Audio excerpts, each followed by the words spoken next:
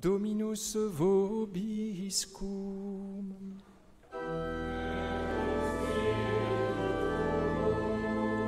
Sequentia Sancti Evangelii secundum Matteum.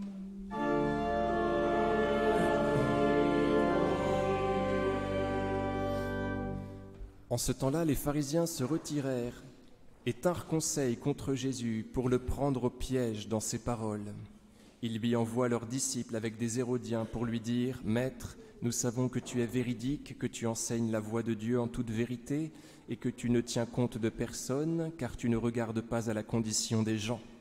Dis-nous donc, quel est ton avis? Est-il permis de payer l'impôt à César ou non ?» Mais Jésus, connaissant leur méchanceté, répondit « Pourquoi me mettez-vous à l'épreuve, hypocrite? Montrez-moi la monnaie de l'impôt. » Ils lui présentèrent un denier. Et Jésus leur dit « De qui est cette image et cette inscription ?» Ils lui répondent « De César. » Alors il leur dit « Rendez donc à César ce qui est à César et à Dieu ce qui est à Dieu. »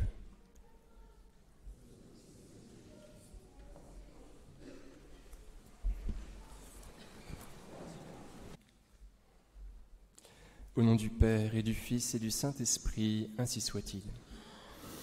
Chers amis, le Seigneur Jésus est la proie de gens particulièrement affreux aujourd'hui. Les pharisiens tinrent conseil contre lui pour le prendre au piège dans ses paroles. Non pas cette fois-ci sur une question de loi juive, mais ils aimeraient bien le voir crucifié. Et donc il s'agit qu'il tombe sous le coup d'une accusation civile pour que les Romains s'occupent de lui et le crucifient. Et donc ils décident de lui faire poser cette question parce qu'ils sont bien lâches, vous voyez, ils ne vont pas l'affronter.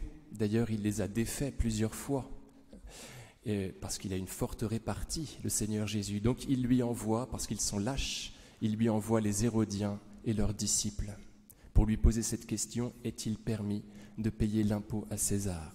Ils envoient les Hérodiens parce que les Hérodiens sont donc les suppôts du roi autochtone mis en place par les Romains, Hérode. Les Hérodiens sont donc pour le paiement de l'impôt.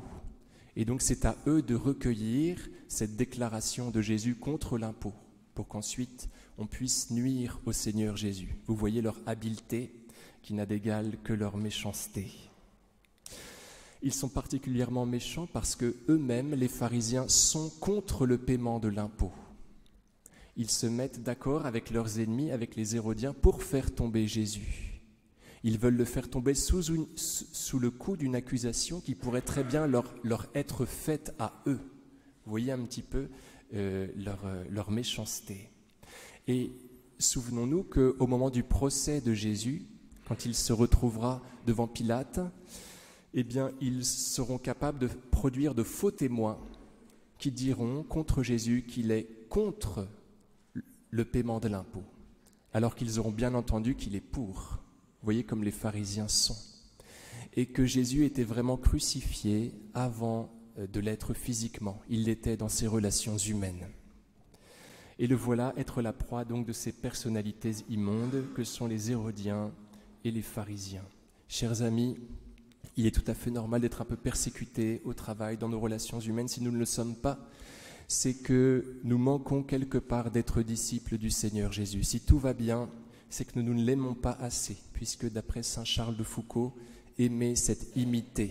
Et si on n'a aucun problème relationnel, eh bien c'est qu'on n'aime pas suffisamment Jésus, qui aimerait qu'on l'imite aussi en cela qu'il était persécuté et qu'il était affamé de justice. Il se mettait dans le refuge de son père pour subir ce genre d'attaque. Alors il est doté par son père d'une sagesse divine qui va confondre ses adversaires. Dis-nous quel est ton avis? Est-il permis de payer l'impôt à César ou non? Vous voyez comme il le manipule. Nous savons que tu es véridique. Autrement dit, si le Seigneur Jésus ne va pas dans leur sens, il sera taxé de ne plus être véridique. Ils essayent de le tordre, mais on n'enchaîne pas la parole de Dieu, dit saint Paul, la parole de Dieu qu'il est lui-même. Il reste libre, même par rapport à eux, ces gens puissants. Et il va leur commander de payer l'impôt, contre toute attente. Ils vont être bien embêtés. Pourquoi me mettez-vous à l'épreuve, hypocrite? Montrez-moi la monnaie de l'impôt. Ils lui présentèrent un denier et Jésus leur dit, de qui est cette image et cette inscription? Ils lui répondent, de César.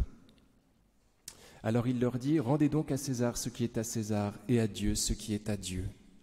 Vous voyez que le Seigneur Jésus fonde son ordonnance que l'impôt soit payé à partir de cet argument de ressemblance. Ce qui signifie que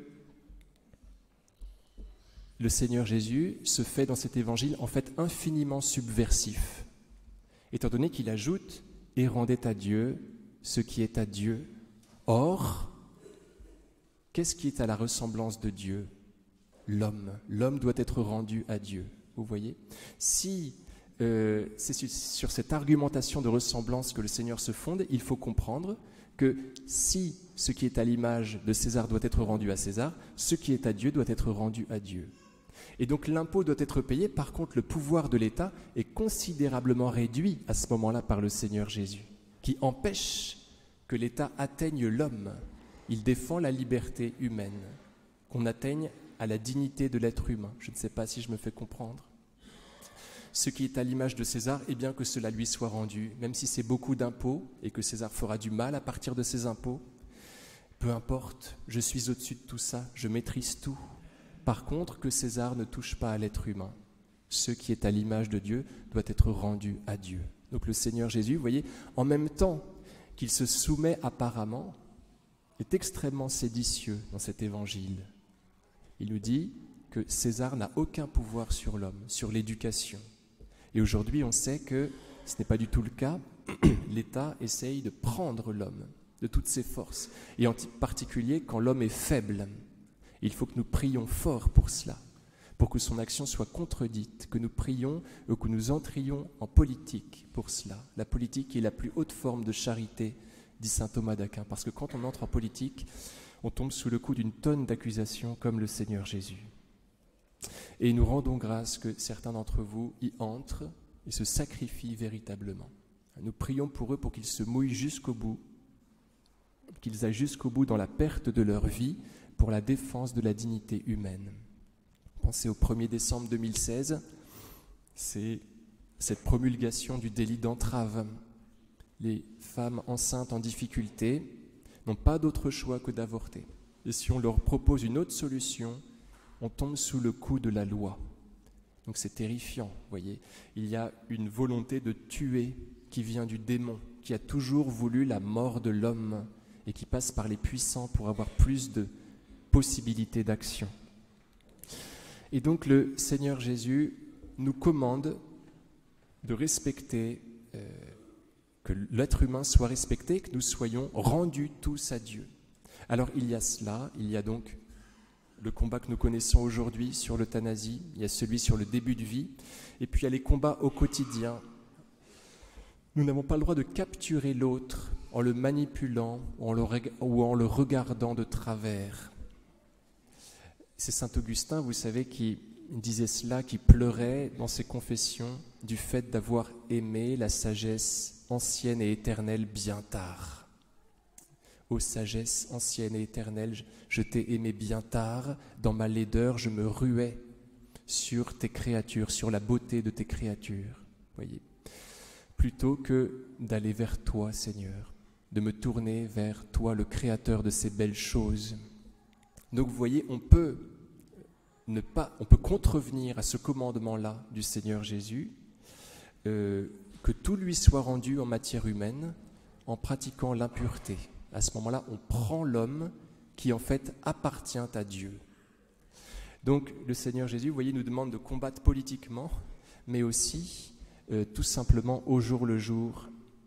Et vous savez que notre combat est un tout. On combat tous sur le même front. Et donc quand on remporte des victoires au niveau de la pureté, par exemple, on fait progresser la cause de la dignité humaine, tout simplement. Alors pensons au pouvoir de nos petits sacrifices, que nous faisons avancer le règne du Christ tout simplement par ces combats personnels. Au nom du Père et du Fils et du Saint-Esprit, ainsi soit-il.